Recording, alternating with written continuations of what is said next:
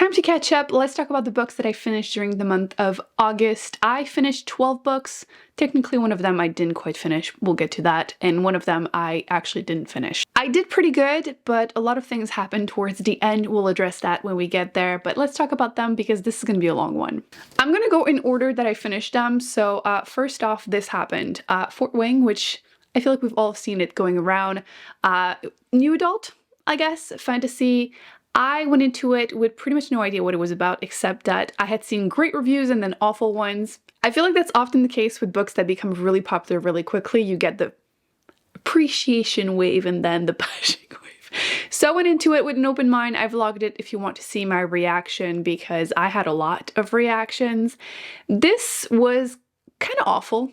Gonna say it, but the dragons were really cool. I think that that's what sucked me in. I love magical schools. I love just magic in general. And the main female character definitely gave vibes of like, oh no, poor me. I'm this tiny, tiny girl with special eyes and special hair. They always do. Yet she becomes, you know, quite fierce. She goes into this magical school because of her family. She kind of gets no choice and she has to survive. Kind of hard to do so in that school, and a lot happens, but the dragons were really cool. Unfortunately, they do get horny at one point. That's all I'm going to say. Not a spoiler, but yeah, it's... Listen, the writing was awful, the relationship, horrible. Horrible.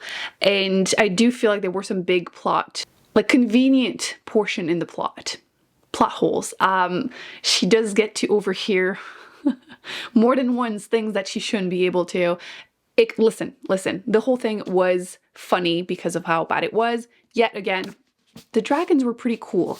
Am I going to continue? Probably not, let's be honest. Unless the reviews for book 2 are amazing, I think I'm done. After I was done, I was like, I'm not opposed to it. Now I'm like kind of over it. But yeah, I gave it 3 stars because I thought it was going to be worse. And the worst parts were kind of still funny. I'm just gonna say, I had fun reading it. Okay, if you watch a vlog, I did laugh quite a bit about the stupid little dragons and like all this all this stuff that happens. So I'm not really a hater. I'm not sure this is gonna make it to my worst books of the year, maybe for the writing, but it wasn't that bad. That's overall my thoughts on it. It was not that bad. I feel like if you are someone that really enjoys Sarah J Maas, you're gonna like this. It's very, very readable. The next book I finished is on the completely other end of the spectrum. This is Bloodchild and Other Stories by Octavia E. Butler, one of my all-time favorite authors. I'm trying to read all of her books. I'm almost there. She tends to write adult sci-fi books, and they're quite strange usually, but in a really good way. And this one is a short story collection. I feel like this really humanized her for me. I feel like you get a little bit of an afterword after each story, so I feel like you get more of her. A few of the stories are older, a few are more like autobiographical. Can't say that in English. Close enough, you get what I mean.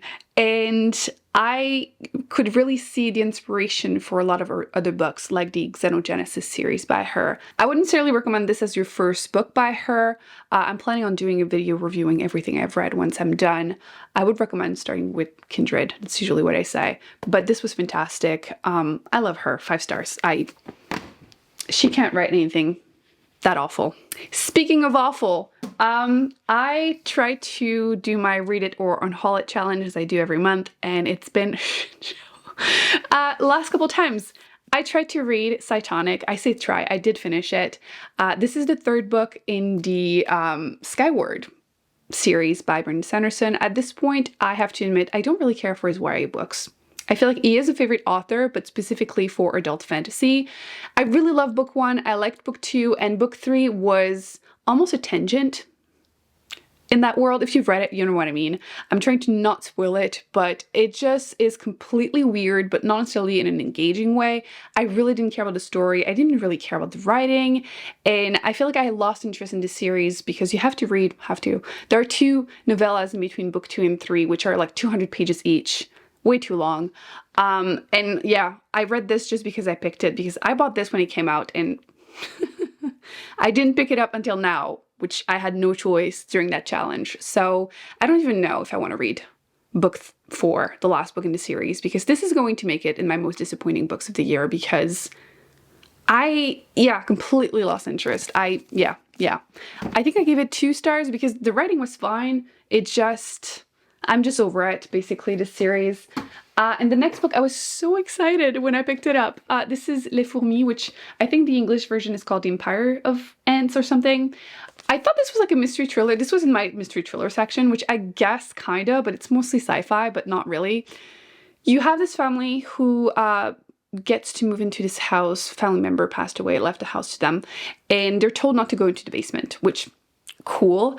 And the other chapters you're following ants, and it reminded me a little bit of the idea of Children of Time by Adrian Tchaikovsky, which that one is like remnant humanity versus giant intelligent spiders. So I thought this was really similar, but no. The writing was really awful, especially the few chapters, and I mean few chapters where you're following the humans. Super boring. It almost read like a children's book, like in a mean way. I mean this meanly. And the ants chapters at first were interesting, but I lost more and more interest. I feel like I don't care. I think this is a trilogy. Will not continue. This is making it to my worst books of the year. I wanted to read you one section just to give you an idea of how terrible it is. In that vlog I mentioned it. Essentially, this older woman is saying that she trusts this man showing up wanting to have access to the basement, and she judges him as being trustworthy because of his ears. But worse, she's saying how, you know, ears of humans reminds her of like fetuses, like they're the same or something. And he looks like he was a skinny fetus, and she moderately appreciated skinny fetuses. That's, I mean, this in French, but like, that's just one scene. No, just no. I don't understand. We'll never read anything else by him. One was more than enough. So this was a 1-star. This is making it, like I said, in my worst books of the year. I haven't read that many awful books this year because I'm learning to put them down when I'm not enjoying them. It's been a process, but I feel like I'm enjoying myself more. And this, I finished it just because you know when you're watching a train wreck and you just can't stop?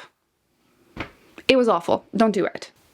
Then we completely balanced things out because I read 2 ARCs, 2 advanced reader copies, books that are coming out really soon, and I enjoyed 2 that I finished. The first one is Bookshops and Bonedust, which is the prequel. I was going to say the second book. This is a prequel before Legends and Lattes, which I feel like everyone loved, myself included.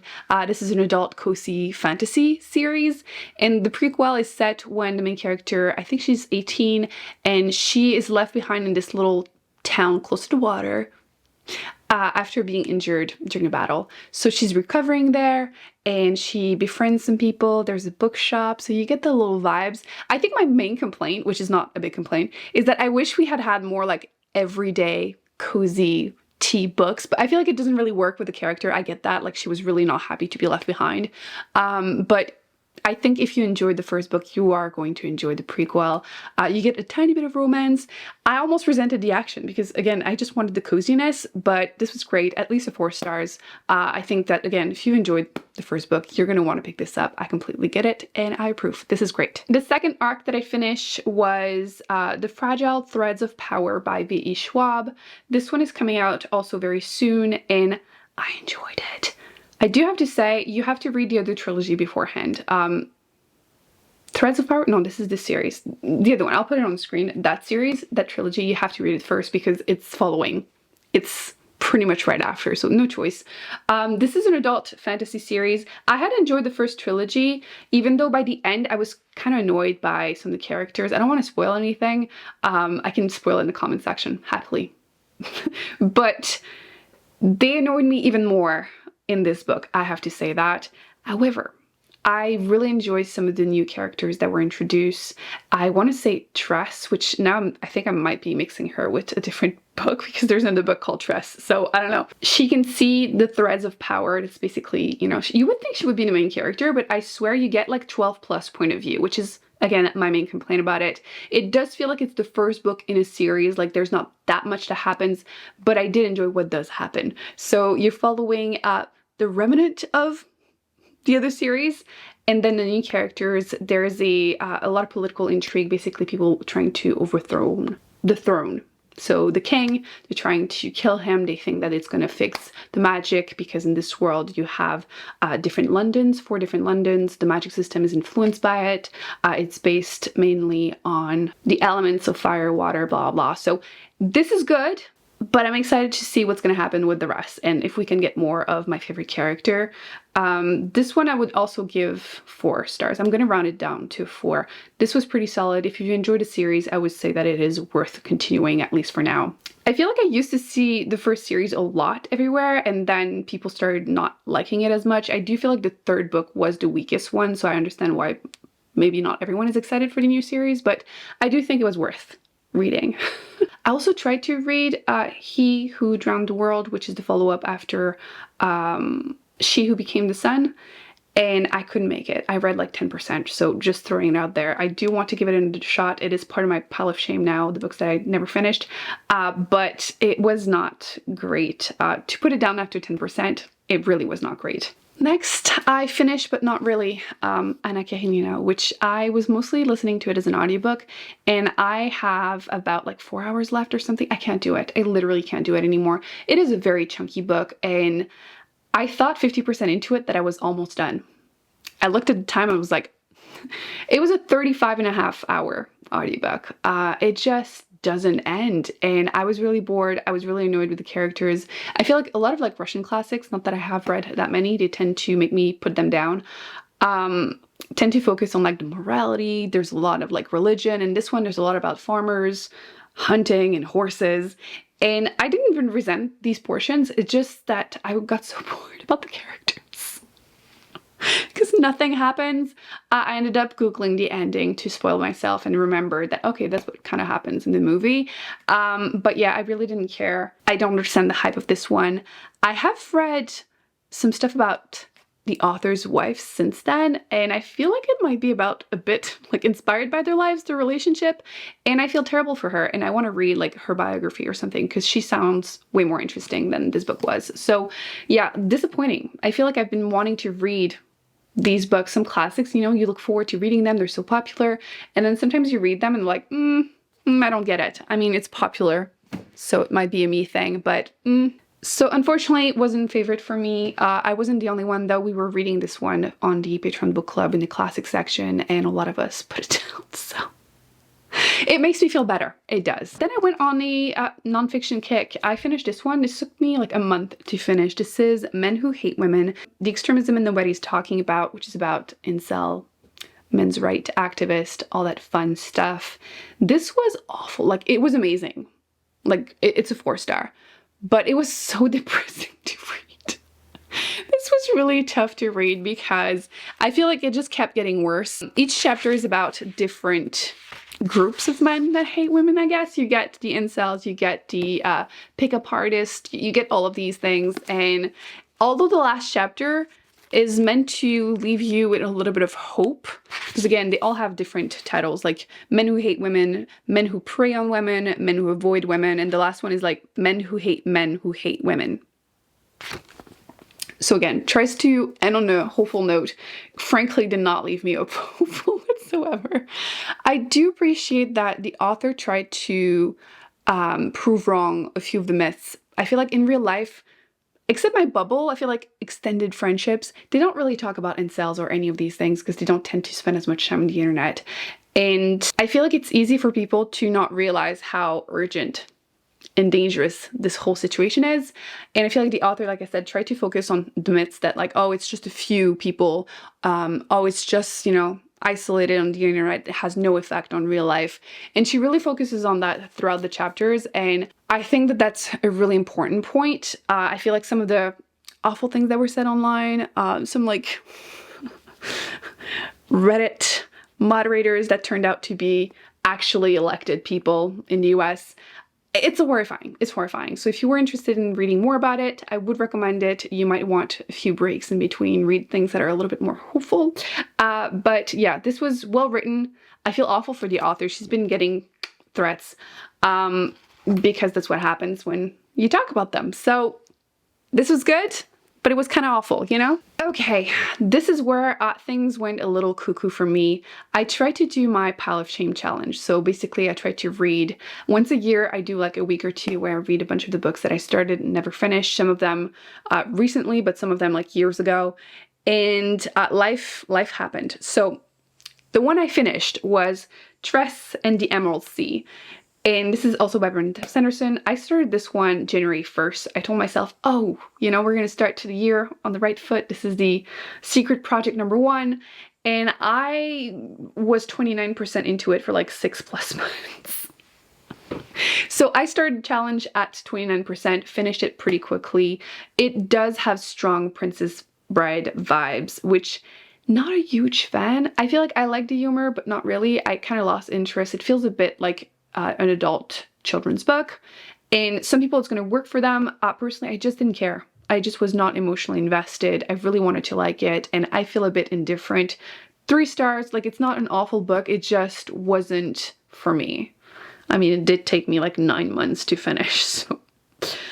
Yeah, afterwards, there are 3 more books that I did finish during the month of August. I can put the timestamp on the screen if you want to skip ahead. But I wanted to address things that I couldn't address because, again, the vlog just, it's not gonna happen because, oh my gosh, did I have a horrible last 10 days. Long story short, the 3 kittens I've been taking care of, they were getting surgery in the last week of August, the last Thursday. And they were all getting sterilized, and I was prepared for it, but I was not prepared for it. I left them there at 8 o'clock in the morning. They were telling me, oh, they're going to be done at like 12:30 because they're the only cats we're doing today. And at 10:30, they called me, which is never good. I had been mentioning to them ever since I started going there that I thought there was something wrong with Chunky, because his breathing, I didn't know if he had asthma or something, but even though his quality of life seemed fine, like he runs around, he eats, he doesn't seem lethargic, every time I pick him up, he's like wheezing and like a few other things like that. So I've been worried about him, and they weren't really concerned every time I brought it up, but when they put him under, they realized that his heart rate was way too fast. So they called me and asked me if I wanted to do some x-rays. So of course I said yes, and then they proceeded to not call me back. So I called them at 2:30, so 4 hours later, and like 2 hours later than they were supposed to be done. And I asked, hey, I've been worried, what's going on? And it turns out the 2 vets there had no idea what's wrong with him. All they could see on the x-rays is that he has like a big shadow over one of his lungs, and they offered, and by offered, I mean, if I wanted to pay, I could send the x-rays to an expert in a different city. So I said yes, because I want to know what's wrong with him, because even though all of this, I know it's going to cost me an arm and a leg. I love Chunky, don't get me wrong, I love all of them, okay? They're adorable little babies. But I have a soft spot for Chunky because he's kind of pathetic. And I mean this lovingly, okay? If you have pets, you get it. This is not mean. He's always been my like crusty baby, even as a baby. Like I have clips of him. Look at him. So freaking adorable, but always crusty around the eyes. And he was always very needy. He doesn't hate. He's scared of everyone, including the vet. Like last time, his last vaccine, he tried to bite the vet. And even this time during the surgery, after they were trying to give him his pills, and they were very nice about it, but they told me that he was very unimpressed by them, meaning he probably tried to bite them again. But with me, I'm clearly this person, like if he could, he would definitely crawl under my skin. Like he loves me, so of course I love him. So yeah, I am terrified because they told me that, oh, you know, it's gonna take like 1 or 2 days, but like it was a Thursday, so they said like either tomorrow or like max on Monday we'll have news for you. It's been over a week, got no news. So I don't know what is wrong with him, and I'm really worried because what is it? Does he need surgery? Is it just meds? Like I want to know because I'm scared for him. He's like right there, and I'm like. So that was, you know, the first stress. And Clawdia decided on Sunday night that I'm not getting enough attention. Let me just. So long story short, I went downstairs, closing the windows, you know, picking up the counter before bed, came back in this room to close the windows, and all I saw was her onesie, her, and blood.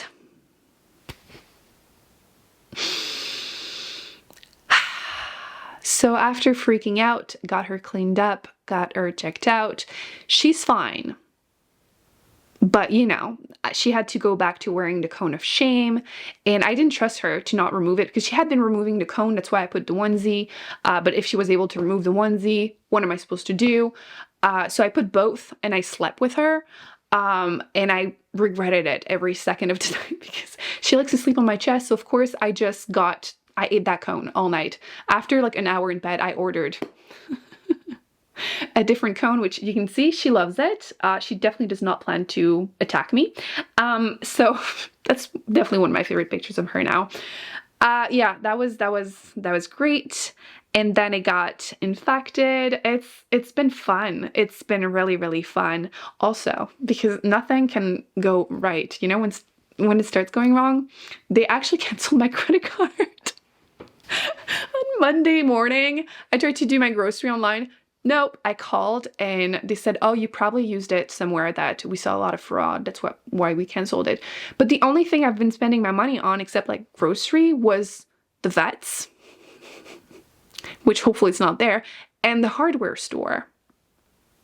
And I went there because I bought a gallon of paint because Patreon, it's coming. I have a few videos, a few updates for renovations, and I was going to continue, and then they just yeah, canceled my card. So I do have the paint, but I had to start paying for stuff on my debit card, and it's fine, but like when I called, they were like, oh, it's gonna take 5 to 10 business days. Well, I'm like, what am I supposed to do? Anyway, I'm gonna have to get a second credit card or something. But yeah, long story short, I'm going on tangents. They're fine. They're okay, but it's been an awful week. I've been so stressed. I have not slept because she does not let me sleep. She's been biting me on the face. Like she's purring and like biting me. The internet is saying that's love bites. I don't feel very loved. So yeah, I feel like a mess, but you know, that's life. So yeah, I wanted to update you because I will not be posting that vlog because I don't want to watch myself go through it a second time, to be honest. I can't. So they're all okay though. She hates me. Chunky is okay, but who knows what's wrong with him. And Charlie, because I know some of you have a favorite and some of you love Charlie and he's like the unproblematic king. I wouldn't say that.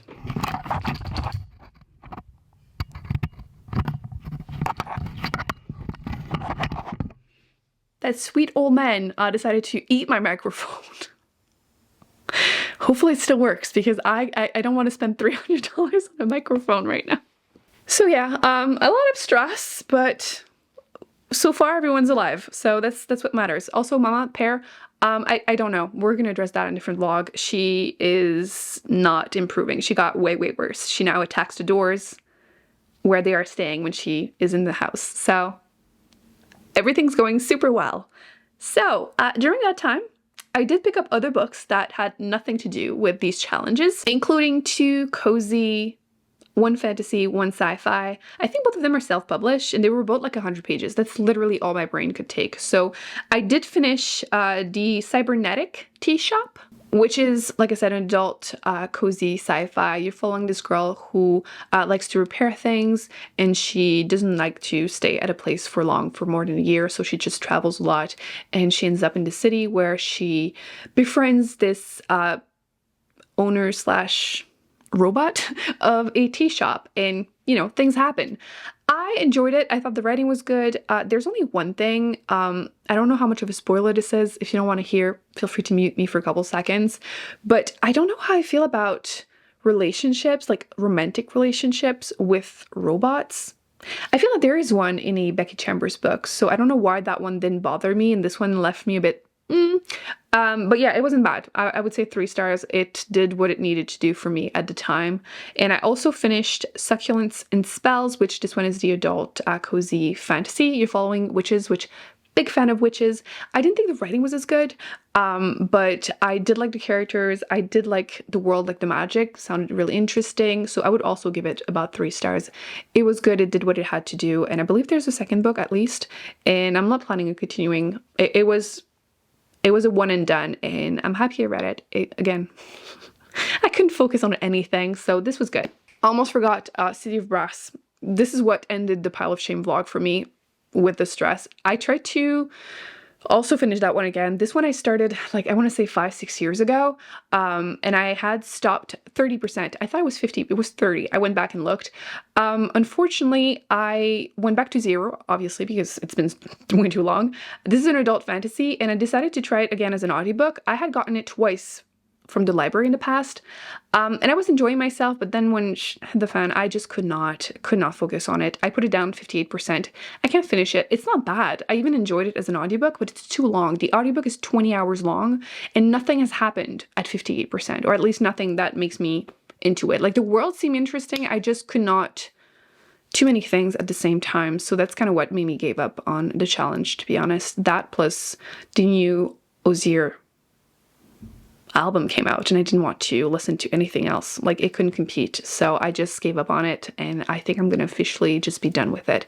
It sucks because people seem to really liked the world and the magic, and I was into it too, but it's too long. It's too long. So yeah, I kind of went on a nonfiction kick. I am almost done with the other one because I can't focus on fiction. I don't know why. Stress apparently makes me read nonfiction.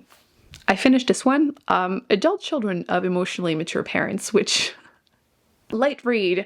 I feel like I saw a lot of people on social media being like, this is life-changing, they cried, and I really wanted it to do that for me too, and not really. I definitely had, I mean, there's a ton of post-its, so I definitely had a few like, oh, moments, which, you know, practical.